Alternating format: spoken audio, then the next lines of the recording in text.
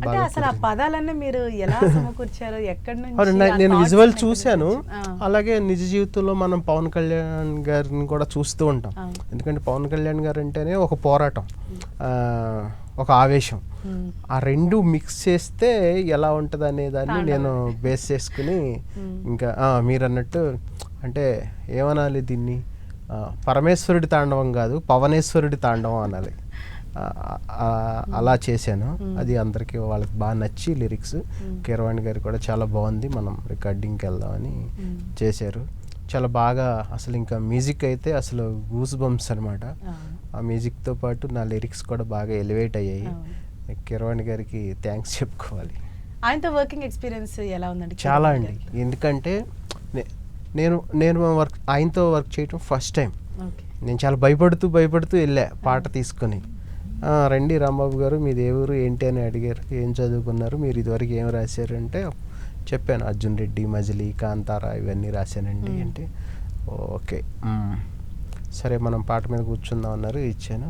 ఆయన చక్కగా నీట్గా ఆయన హమ్ చేస్తూ పాడుతుంటే ఆయన వాయిస్లో నా పదాలు నేను వింటుంటే ఆయన చిన్నగా అంటే రికార్డింగ్ కాదు కదా, జస్ట్ డిస్కషన్ కదా, నాకు చాలా చాలా హ్యాపీ అనిపించింది. అంతా అయిపోయిన తర్వాత రామగారు మొత్తం అంతా ఓకే హ్యాపీ, మళ్ళీ ఏదైనా అవసరం ఉంటే ఫోన్ చేస్తా అన్నారు.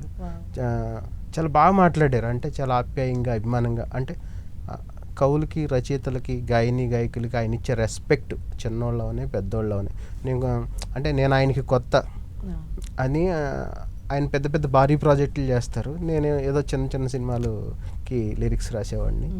అలాంటిది ఆయన నన్ను చాలా బాగా చూసుకున్నారు, చాలా బాగా ఎంకరేజ్ చేశారు, చాలా సపోర్ట్ చేశారు. ఆయన చేసిన మ్యూజిక్లో నా పదాలు ఆ మ్యూజిక్తో పాటు వింటుంటే నిజంగా ఇంత పవర్ ఉందా అనిపించింది. అది మనం పవర్ స్టార్ పవన్ కళ్యాణ్ గారి కోసం చేసిన పాట కాబట్టి అసలు అది రిలీజ్ అయిన తర్వాత ఫ్యాన్స్ అవని, మామూలు వాళ్ళు అవని, ఎవరన్నా నాకు ఇండస్ట్రీ నుంచి కూడా చాలా కాంప్లిమెంట్స్, చాలా మెసేజెస్, చాలా బాగా రాసావు. ఎందుకంటే అందరూ ఏమంటున్నారు, నువ్వు ఈ ఉయ్యాల జంపాల, మజ్ను, అర్జున్ రెడ్డి, మజిలీ ఇవన్నీ లవ్ సాంగ్స్, బ్రేకప్ సాంగ్స్ రాసేవాడివి, ఈ పవన్ కళ్యాణ్కి ఇంత పవర్ఫుల్ సాంగ్ నువ్వేం రాస్తావులే అన్నట్టుగానే అందరం అనుకున్నాం.